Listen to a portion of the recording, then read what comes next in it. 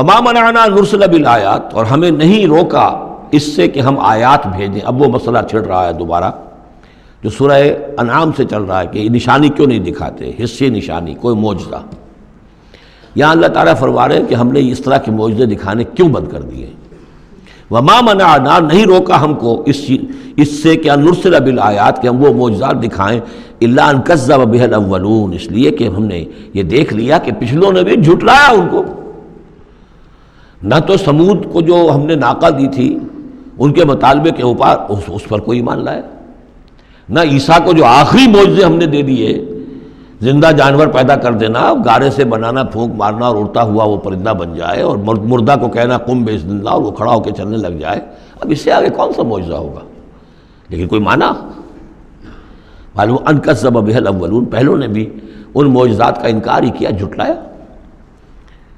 وآتینا ثمود الناقۃ مبصرۃ، ہم نے سمود کو، قوم سمود کو، ان کی آنکھیں کھولنے کے لیے ہم نے اونٹنی والی نشانی دکھا دی، فظلموا بها، انہوں نے اس پر بھی ظلم کیا۔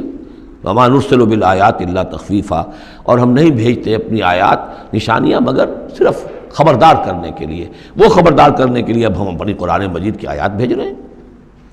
وَإِذْ قُلْنَا لَكَ إِنَّ رَبَّكَ أَحَاطَ بِالنَّاسِ، اور جب ہم یہ کہتے ہیں کہ آپ کے رب نے تو لوگوں کا احاطہ کیا ہوا ہے، تب بھی یہ کہتے ہیں اس کا کیا مطلب ہے؟ کہاں ہے اللہ؟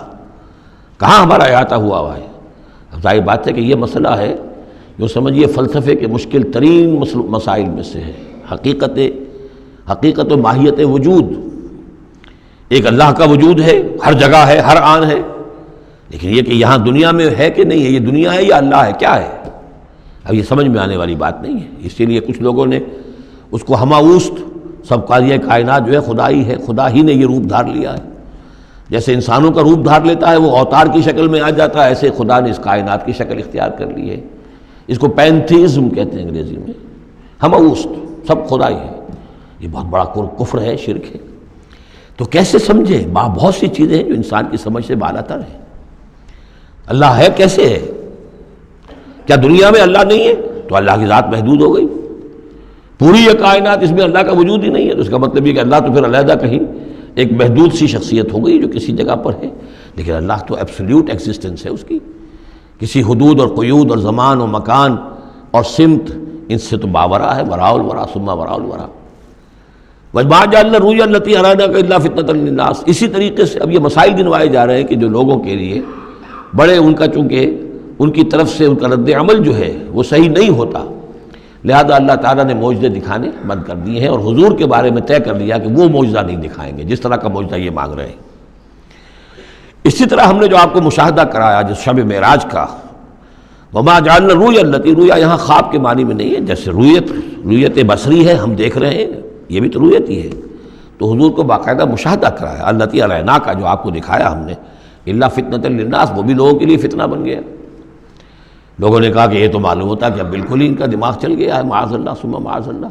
بہت خوش ہوئے تھے مشرکین مکہ، بہت خوش ہوئے، چلو جی چلیے اب ہماری مشکل حل ہو گئی، اب تو ہم تمام مسلمانوں کو باور کروا لیں گے کہ آج تک تم نہیں مانتے تھے، واقعتاً محمد کا دماغ چل گیا ہے صلی اللہ علیہ وسلم۔ وہ کہہ رہے ہیں میں راتوں رات بیت المقدس بھی ہو کے آ گیا ہوں اور میں آسمانوں کی سیر کر کے آ گیا ہوں۔ اب یہ بات ناقابل قیاس، کیسے انسان سمجھے، گمان نہیں کر سکتا۔ آج تو پھر بھی آپ سوچ سکتے ہیں کہ آج تو آپ کے پاس وہ ذرائع ہیں کہ چاند پر بھی آپ پہنچ گئے ہیں، لیکن یہ کہ آج سے آپ 1400 برس پہلے کے انسان کے بارے میں سوچئے، اسے بیت المقدس جانے کے اندر بھی جو ہے 15 دن لگتے تھے، تو کیسے وہ گیا اور گئے بھی اور آ بھی گئے رات ہی رات کے اندر۔ بڑے خوش ہو کر آئے حضرت ابو بکر کے پاس، ابو بکر سنا تمہارے ساتھی کیا کہہ رہے ہیں؟ کہ کیا کہہ رہے ہیں؟ وہ کہہ رہے ہیں میں رات کو بیت المقدس ہو کر آ گیا ہوں۔ ایک دفعہ ایک لمحہ توقف کیا، کیا واقعی کہہ رہے ہیں؟ ہاں کہہ رہے ہیں، چلو ہم تمہیں ملوا دیتے ہیں، ان سے کہلوا دیتے ہیں، چلو صحیح، اگر وہ کہہ رہے ہیں تو ٹھیک کہہ رہے ہیں، بس ختم۔ اس دن سے صدیق کا لقب، وہ کہہ رہے ہیں تو ٹھیک کہہ رہے ہیں۔ اور فرمایا جب میں یہ مانتا ہوں کہ آسمان سے روز ان کے پاس فرشتہ آتا ہے، تو اگر وہ آسمان ہوا ہے تو کون سی بڑی بات ہو گئی؟ اگر اللہ کا فرشتہ آسمان سے روز آتا ہے ان کے پاس، تو وہ آسمان تک ہو کے آ گئے تو کون سی بڑی بات ہوئی؟ وہ اگر کہہ رہے ہیں تو سچ کہہ رہے ہیں۔ مستند ہے ان کا فرمایا ہوا، وما جعلنا الرؤيا التي اريناك الا فتنة للناس، یہ بھی لوگوں کے لیے فتنہ بن گیا۔ وشجرة الملعونة فی القرآن، اسی طرح ایک مثال ہے قرآن مجید میں زقوم کے درخت کا ذکر آتا ہے کہ وہ درخت جو ہے وہ عین جہنم کے اس کے تہ کے اندر اس کی جڑ ہوگی، وہاں سے وہ درخت کیسا ہوگا؟ آگ کے اندر درخت، ہاؤ از اٹ پاسبل؟